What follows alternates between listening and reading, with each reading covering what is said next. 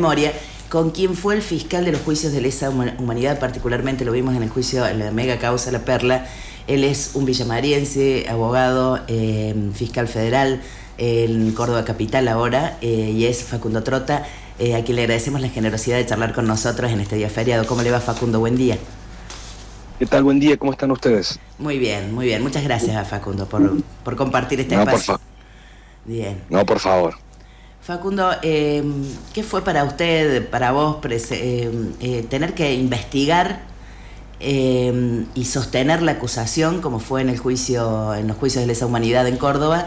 ¿Qué significó para vos tener este trabajo que permitió la condena de quienes cometieron delitos de lesa humanidad? Bueno, en primer lugar, cuando yo venía trabajando con Carlos Bonella en las causas por crímenes de lesa humanidad, hasta que en una oportunidad fui enviado por el procurador en ese momento, el doctor Rigui, a ocupar un cargo de fiscal federal en Villa María. En el transcurso de mi estadía en Villa María, me tomé conocimiento de que, necesitaban de que me hiciera cargo, digamos, de la mega causa La Perla. Debo decir que la primera impresión fue, en cierto sentido, un temor y una enorme responsabilidad, porque yo sabía de la envergadura de la causa, porque nosotros ya veníamos teniendo contacto con algunos expedientes vinculados a esa gran causa, con lo cual, un compromiso muy grande por la envergadura del expediente, la cantidad de imputados que había. Pero fuimos armando un equipo muy a poco. Yo siempre cuento que a mí la mega causa de La Perla, yo me vi identificado con la película, no sé si la han visto, 1983, porque en realidad, más allá del tiempo, que obviamente no es lo mismo el contexto político que se vivía en aquel momento con el nuestro, sí se vinculaba porque el equipo que conformamos en la Fiscalía era un equipo de gente joven, donde no éramos muchos, donde la mayoría no tenía experiencia en los juicios. Entonces, hubo que ir armando un equipo de a poco, ¿no? Y después, conocer, si bien yo ya venía teniendo contacto con las causas, lo que tiene la mega causa La Perla es que la envergadura de la causa, el periodo de tiempo que abarcaba, porque teníamos hecho desde 1975 a 1976, muchos crímenes cometidos antes del golpe, abarcábamos todos los centros clandestinos de detención de Córdoba. Entonces, es una gran causa que a uno le genera mucha responsabilidad, mucho compromiso, y al mismo tiempo también un contacto con, yo diría que los momentos más oscuros y los crímenes más aberrantes que uno puede tener que llegar a investigar y a juzgar. Entonces, Facundo, no es una tarea... ¿Cuántos años tenías cuando empezaste con esta causa? Yo en ese momento, 2012, tenía 34 años, sí. Para tener una idea de lo joven que eras para enfrentarte a esta situación. Sí. Más jóvenes eran las víctimas, seguramente. Sí, yo nací un mes después del golpe. Yo cumplo el 27 de abril. Así que éramos muy jóvenes, todos éramos muy jóvenes, y yo era el más grande del equipo. O sea, había gente ahí que era estudiante de Derecho, que formaba parte del equipo. Y al principio éramos 2 o 3, y incluso cuando asumí yo la causa, me iban a colaborar conmigo 2 fiscales que estaban en Buenos Aires, pero después nos dimos cuenta que era muy difícil que pudieran prestar ese tipo de colaboración por los viajes, por lo que significaba, de manera que comencé solo, digamos, y se veía como una fiscalía, como un ministerio público medio poco. Yo siempre cuento la anécdota que yo leí en los diarios, que se comentaba que el doctor Bonella había sido designado en una procuraduría de criminalidad económica en Buenos Aires, y que él estaba a cargo de la mega causa de La Perla, y que iba a asumir ese cargo el doctor Trota. Y se comentaba que entre los pasillos, así decía, ¿no? Entre los pasillos de tribunales se comenta que la causa le queda grande.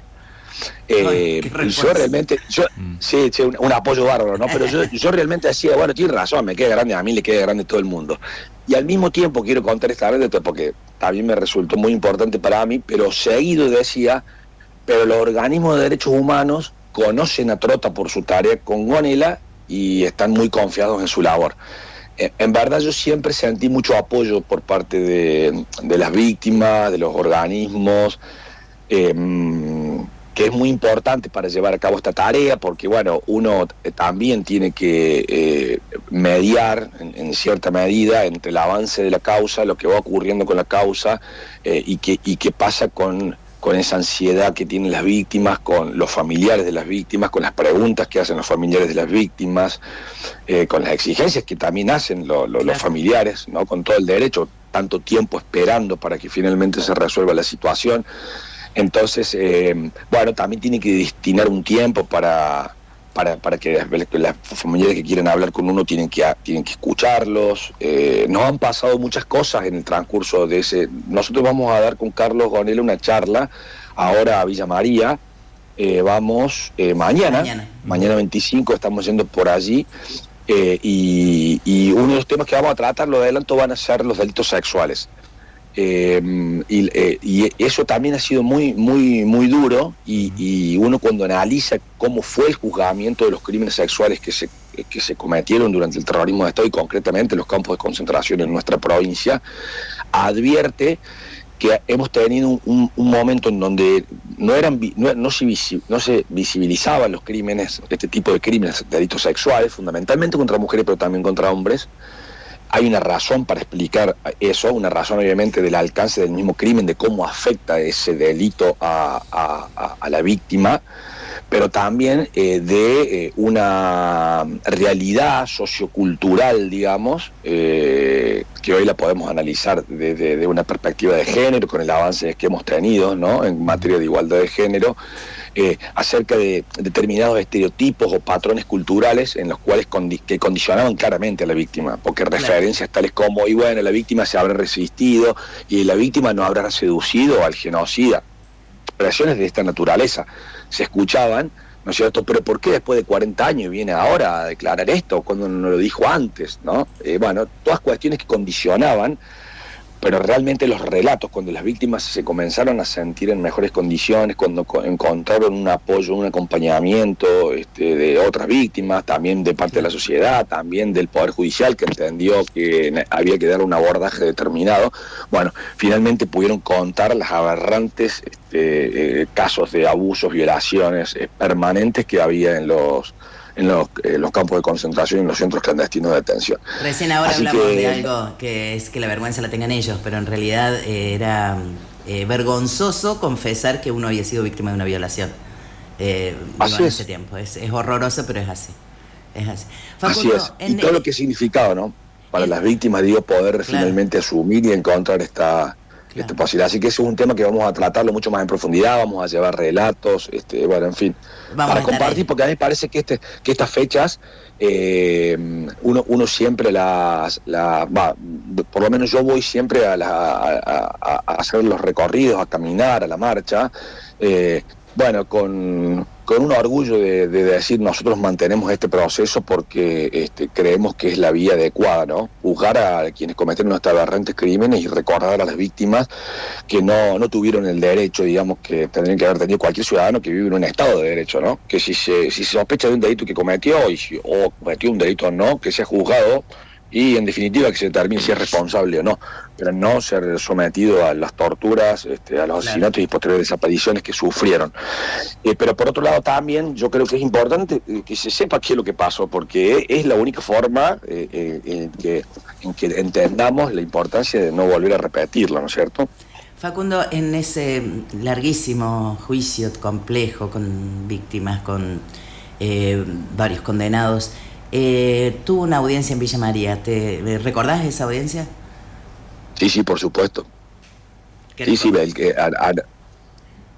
en ese caso teníamos dos situaciones que estábamos, digamos, específicamente previstas para analizar. Por un lado, era la situación de Marta, bueno, que ustedes recordarán perfectamente, Marta Sandrino me refiero, sí, Ella era una de las víctimas de la media causa y en el marco de un procedimiento ella había recibido un disparo, que fue la que finalmente la dejó en silla de ruedas, ¿no? Porque además ella estuvo en una situación terrible, con esa violencia que se ingresó en ese domicilio, que finalmente le causó esa gravísima lesión, y estando así arrojada en un campo de concentración, ¿no? Una persona que no puede ingresar ni siquiera con una leve herida porque no hay condiciones para poder atender a personas heridas.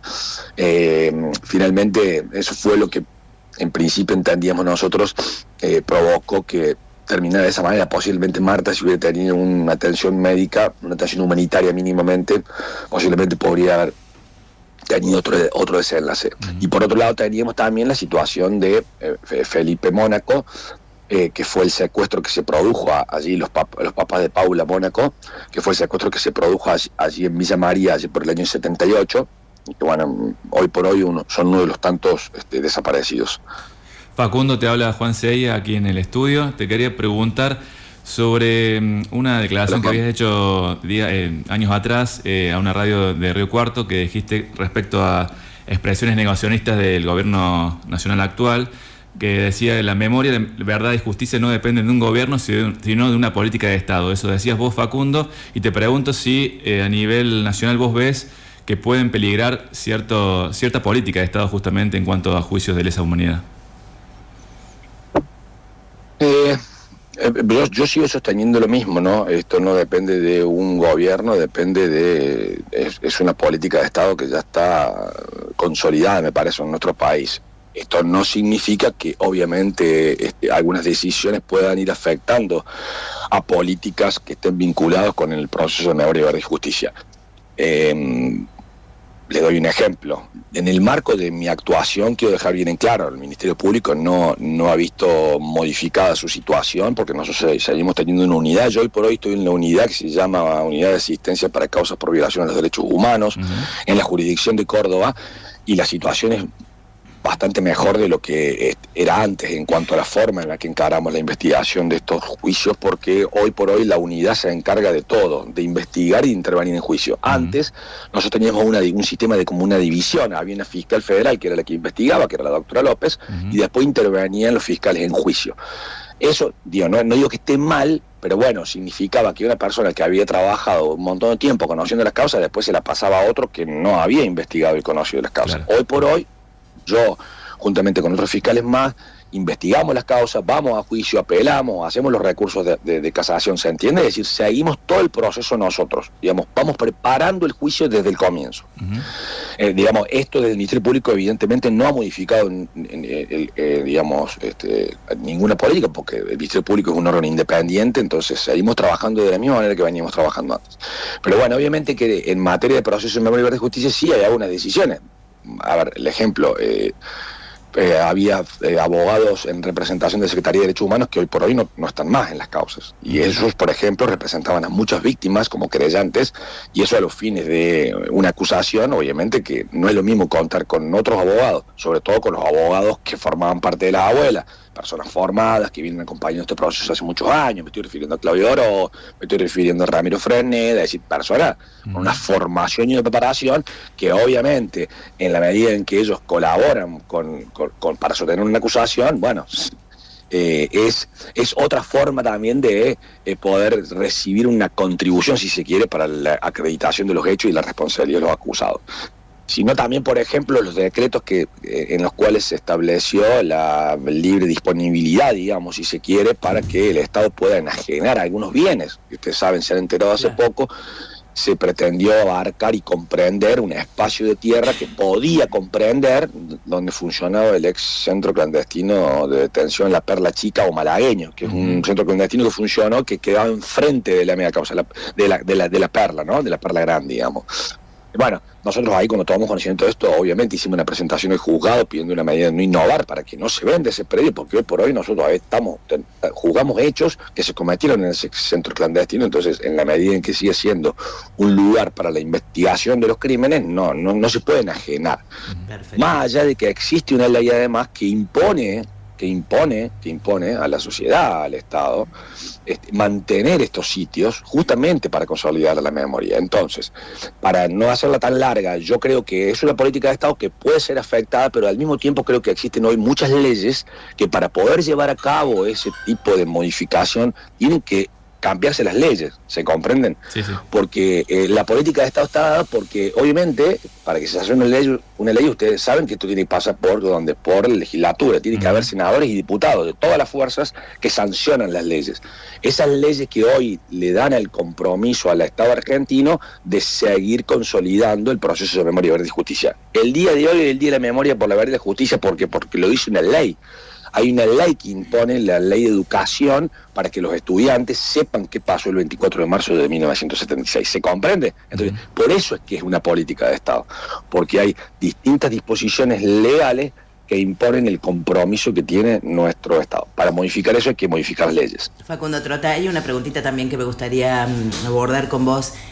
¿Cómo sigue hoy? Y dentro de lo que están trabajando hoy, Villa María creo que tiene una causa abierta en lo que hace a los lugares de detención. Me parece que hicimos una nota en el 2020 o 2021 que hablaba de lo que había sido la comisaría de Villa María como lugar de detención previo a los traslados a La Perla o quién sabe dónde. Está abierta esa causa, ¿no? Sí, en la causa Gómez. Hace muy poco hemos tenido, justamente este mes de marzo, comienzos del mes de marzo, hemos tenido la noticia de que el Juzgado Federal ha dispuesto el procesamiento de los acusados. Esa es una gran causa, es la causa de investigación, me refiero, que ha comenzado con más imputados en todo el país. Superamos los 70 imputados. Hay 540 hechos ahí y eso juzga fundamentalmente el comportamiento de víctimas en muchas comisarías, digamos, el comportamiento que tuvieron las comisarías del interior del país, cómo actuaron de manera coordinada con el Departamento de Información en la detención de personas. Entonces, bueno, ahí hay víctimas que han pasado por la comisaría de Villa María, también por la unidad penitenciaria de Villa María, a muchas víctimas obviamente por el Departamento de Informaciones. Así que seguimos avanzando en las causas. Nosotros tuvimos la semana pasada, no la anterior, con el doctor Bonel haciendo alegato en lo que se conoce como la causa de los magistrados. Sí. En el que se conoce como la causa de los magistrados, dando una de condena al ex secretario Otero Álvarez.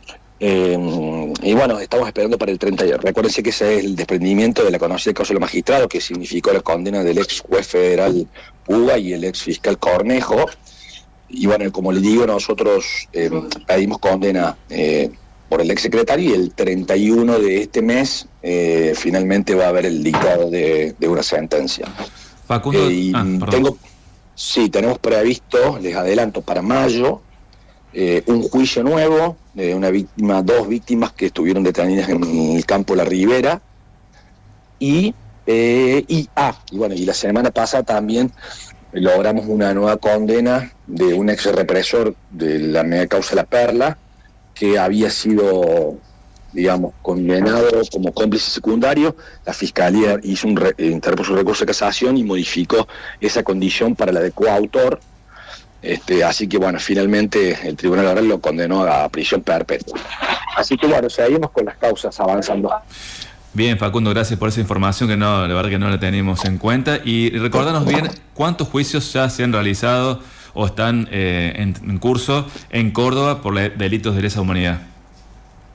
No, tenemos más de 14 juicios. Lo que pasa es que también hay que tener en cuenta que hay muchos juicios que tienen distintos desprendimientos, entonces por ahí son parte de los mismos procesos que hemos tenido. Bien. Facundo Trota, mañana vamos a estar, ¿en qué horario es? Ya te decimos, mañana martes 25 a las 19 horas en la Usina Cultural, Sabatini 51, conversatorio Día de la Memoria de los Derechos Humanos en la Actualidad, a cargo de Carlos Gonena y Facundo Trota. Florencia. Fiscal, buen día. Yo quería preguntar, no estoy escuchando por los auriculares, ¿qué mensaje le gustaría dejar para este 24 de marzo? Yo siempre digo que es importante que en esta fecha la sociedad recuerde lo que pasó en aquellos de aquel oscuro pasado, pero siempre pensando en el presente y para el futuro. Si hay algo que es importante del proceso de memoria, verdad y justicia, es que hay que mirar para atrás, pero pensando en el hoy y en el mañana, ¿no? No podemos en nuestro país aceptar que se violen los derechos humanos. Tenemos que entender que los crímenes que se cometen, por más aberrantes que sean, tienen que ser sometidos a un juicio justo.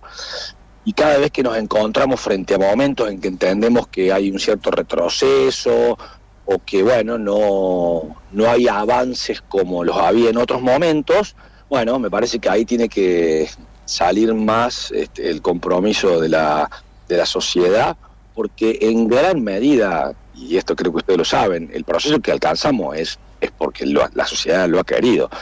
Ha habido gobiernos que lo han entendido de esta manera y han acompañado el reclamo fundamentalmente de los organismos, pero luego de la sociedad toda. Entonces, depende de nosotros que este proceso continúe, se consolide para las nuevas generaciones, ¿no es cierto?